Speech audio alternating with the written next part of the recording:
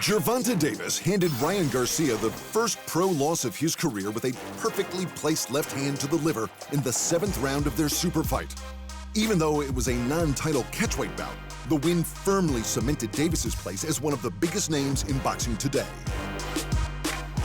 This is only the beginning for me, you know what I mean? I have a bright future, and I'm staying humble through it all, and what can I say? We done it again tonight. With 29 wins and 27 knockouts, an astonishing stoppage ratio for any weight, but especially so for the lighter divisions, the rise of Gervonta Davis has been astronomical. Perhaps that should be of little surprise, though, with Floyd Mayweather in his corner. It's almost unheard of that a bout between two young superstars could garner such interest, but that's the Mayweather effect. Davis versus Garcia was for superstardom, and both young bucks couldn't be more confident of their one-punch knockout power. Just this one. I just need this one. Trust me. The left hook. I only need one, too. Okay. Forget that, too. That's fine. All right, then we both got it. We both got it. Like, come on, bro. I can't hear you. I touch that jaw, I'm telling you, going to sleep. When I touch anything, you going to sleep. I promise you. Once I touch that jaw, you're going to sleep. I'll probably break your jaw. Facts. I feel like I'm gonna break your jaw with the hook. I just see. I just see you on the floor with a broken jaw. You go at the temple. Seriously. You go at the temple. You don't go at the jaw. Say what? I'm gonna break your jaw. I promise you. With world titles in multiple divisions, Davis was the hot favorite. He was significantly smaller, though, and gave up a sizable height and reach advantage.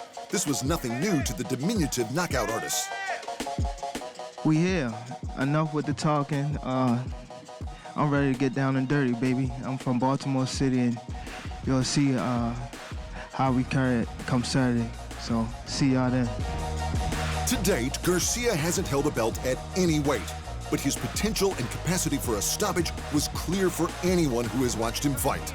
Even with a rehydration clause preventing Garcia from weighing over his usual fighting weight, he still believed in himself. I'm ready to do what I do. Like you say, we do what we do. Well, I'm ready to do what I do. And I'm gonna end him, I promise that. It's over. As has become the trend with big-name fighters of late, the belief in their own abilities led to a side bet between the two. This time, it was the winner's purse they wanted thrown into the mix, although Garcia didn't seem as keen. I'm trying to make it official. I'm definitely trying to make it official. His advisor called, and, you know what I mean, begging that we don't make that happen. He was scared, you know what I mean, so I guess it ain't.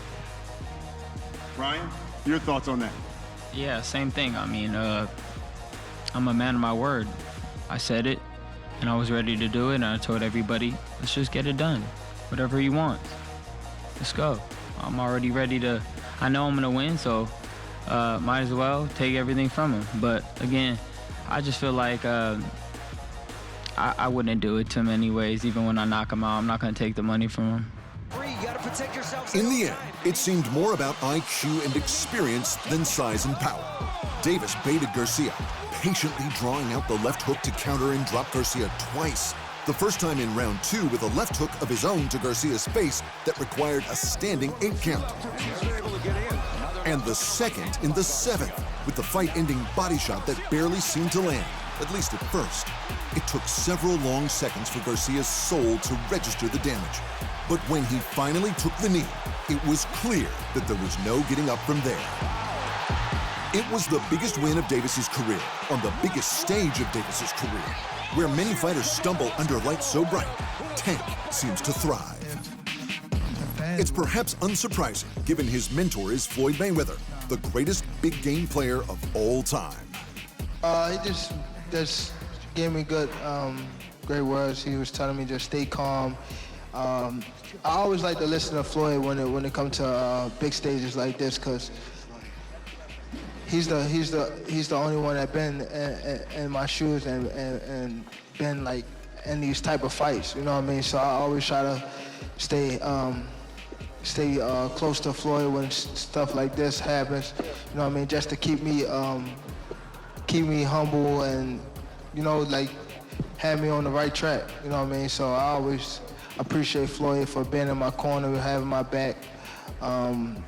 Always, you know what I mean? So as always, there'll be love for Floyd Mayweather. What's next for Davis is hard to say.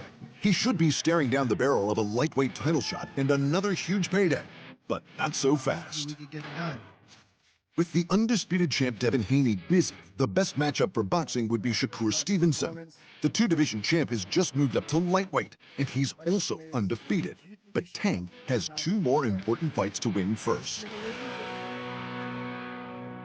Tank recently pleaded guilty to 4 charges in connection with a 2020 hit-and-run incident that left 4 people injured, including a pregnant woman. The mother of his child has also accused him of battery, and he'll be in court twice this May for both incidents. If Davis can't win those, then who knows when we'll see him next.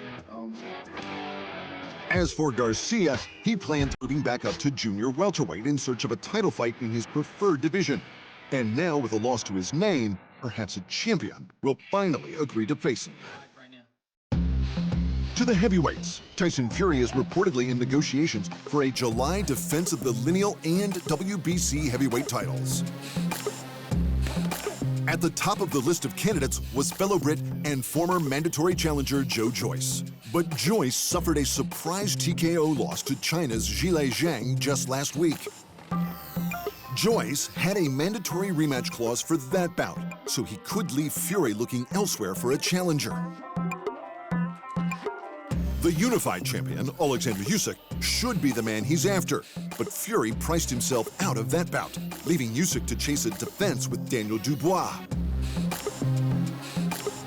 Former champ Anthony Joshua just recently announced that he'll next fight in December, but now his promoter, Eddie Hearn, says he'll offer Dillian White a stadium rematch this July or August, so that may rule them both out.